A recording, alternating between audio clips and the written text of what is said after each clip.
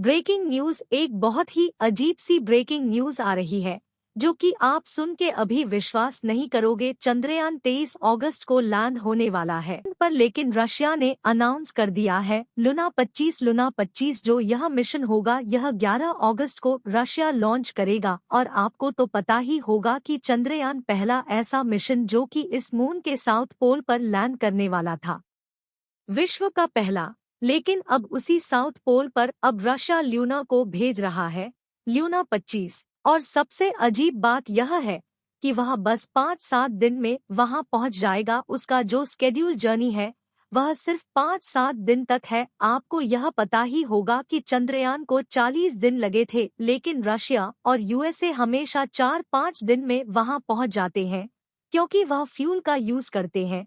उसका 7 दिन का स्केड्यूल है तो होगा ही एक, या तो उससे पहले पहुंच जाएगा या फिर चंद्रयान के साथ ही साथ लैंड करेगा 1-2 घंटे के अंतराल में, या फिर वह बाद में लैंड करेगा। तो इंडिया तो यही उम्मीद कर रहा है कि वह 23 के तो बाद ही पहुंचे क्योंकि हम इतने टाइम से वेट कर रहे हैं। यह अचानक से अनाउंस करके बस यह रिकॉर्ड का जो रेस था उसको कैच करने की कोशिश कर रहा है। ऐसे तो लैंडिंग होगा, वह तो होगा ही ऑफ कोर्स, वह तो खुशी की बात हो गई। लेकिन पहला जो कि साउथ पोल पर लैंड किया है यह एक रिकॉर्ड बनना था, उसको रशिया ने चुनौती दे दिया है। खैर, चंद्रयान के अपडेट के बारे में और जानते हैं कि आपको तो पता ही होगा कि वह चंद्रयान की कक्षा में प्रवेश कर गया है। तो उसका अपडेट सुनो। अब चंद्रयान ने आखिरकार सबको यह वीडियो भेजा जो कि बहुत ही ज्यादा वायरल हो रहा, और यह सही में आइकॉनिक सीन को दिखाता है क्योंकि यह एक रॉ फुटेज है और इसमें हमें चांद के सारे गड्ढे सब कुछ दिख रहे हैं इसमें। और यह जो गोल्डन कलर का पैनल देख रहे हो यह चंद्रयान का बॉडी है। तो बात यह है कि चंद्रयान अब आधे से ज्यादा दूरी को कवर कर चुका है और जिन लोगों का सवाल है कि वह कब पहुंचेगा, आपको पता होना चाहिए वह 23 तारीख को पहुंचेगा, 23 अगस्त को। आप सबसे बड़ा चैलेंज है सॉफ्ट लैंडिंग, यानी कि आराम से चांद पर लैंड करना, जो कि बहुत ही ज्यादा मुश्किल हुआ था पिछली बार यानी चंद्रयान 2 में जब वह हार्ड लैंडिंग क्रैश लैंडिंग हो गया था तब। लेकिन इस बार ऐसा ना हो, पूरी दुनिया यही प्रे कर रही है। चंद्रयान चंद्रमा की कक्षा के एकदम पास है अब और वह अब चांद की ग्रेविटी को महसूस कर पा रहा है। चंद्रयान अभी कक्षा में तो पहुंच गया है लेकिन अब वह धीरे धीरे चांद के चारों तरफ घूमकर सॉफ्ट लैंडिंग करने की ट्राई करेगा।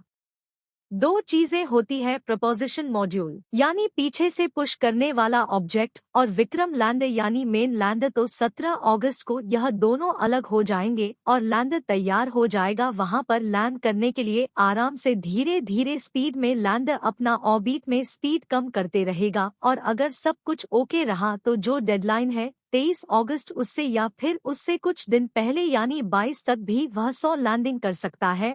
और चंद्रयान यह सॉफ्ट लैंडिंग करेगा साउथ पोल में। इसकी स्पीड को समय समय पर कम किया जाता है उसके ट्रेजेक्ट्री को बैलेंस रखने के लिए। इस बार चंद्रयान 2 से 3 में अलग और एक चीज है, एक स्पेशल सी चीज जिसका नाम है डॉपलर वेलोसिटी मीटर, और यह मीटर लेजर का लगा हुआ है। यानी जब चंद्रयान नीचे लैंड करेगा तब वो लेजर फेंकेगा बहुत ऊपर से और वह लेजर जो है वह स्कैन करेगा कि वह सतह कितना ऊबड़ खाबड़ है या फिर प्लेन है।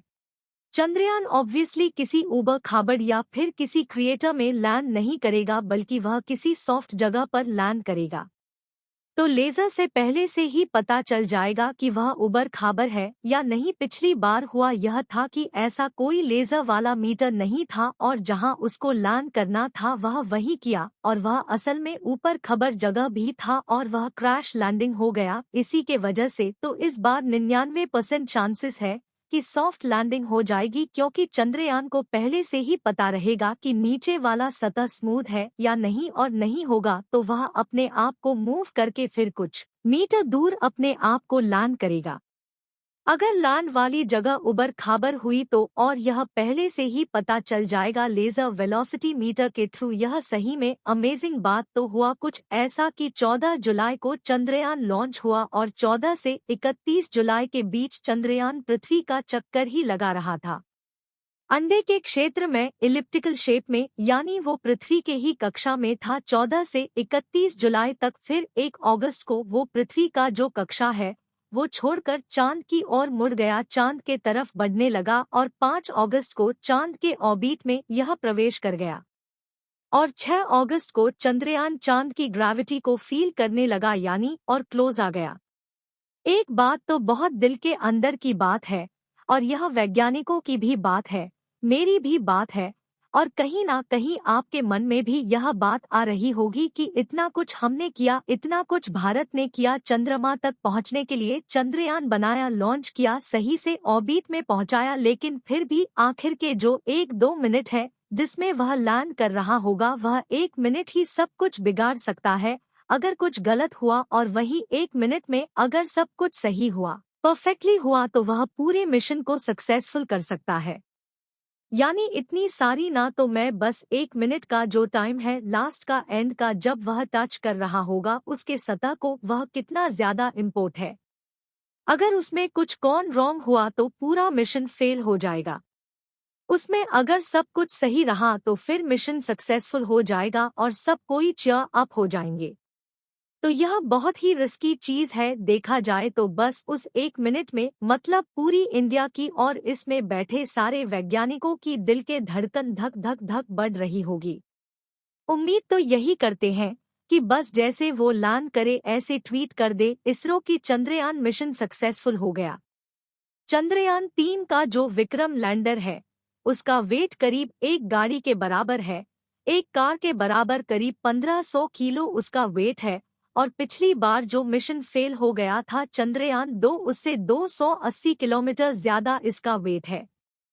और विक्रम लैंडर में वेट इसलिए बढ़ाया गया है ताकि चंद्रयान 3 में जो ईंधन है वो कुछ हम ज्यादा दे सके। यानी आपने सही समझा कि वैज्ञानिकों ने जितना फ्यूल चाहिए पूरा मिशन कंप्लीट करने के लिए, उससे कई ज्यादा फ्यूल को इस बार विक्रम लैंडर में रखा है। यानी मून तक पहुंचने के लिए जितना फ्यूल रिक्वायर्ड है उससे ज्यादा फ्यूल चंद्रयान में मौजूद है।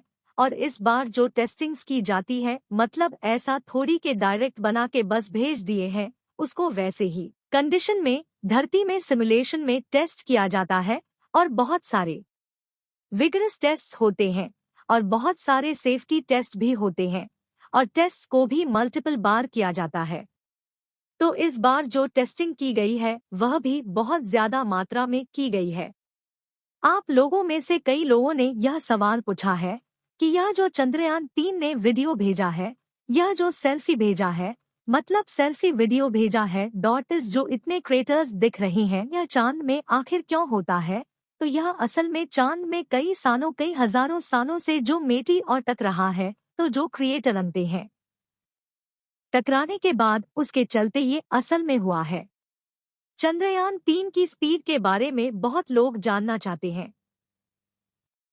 जैसे गाड़ी की स्पीड होती है ना 100 kilometre per hour, 200 kilometre per hour, planes की स्पीड 700-800 किलोमीटर प्रति घंटे की स्पीड से चलता है एरोप्लेन। लेकिन चंद्रयान 3 जब लॉन्च हुआ था तब उसका स्पीड था 1627 किलोमीटर पर आवर। जब वह 45 किलोमीटर की हाइट में पहुंचा 108 सेकंड बाद, तब उसका लिक्विड इंजन स्टार्ट हुआ, तब उसका स्पीड पता है 6437 किलोमीटर पर आवर पर बढ़ गया।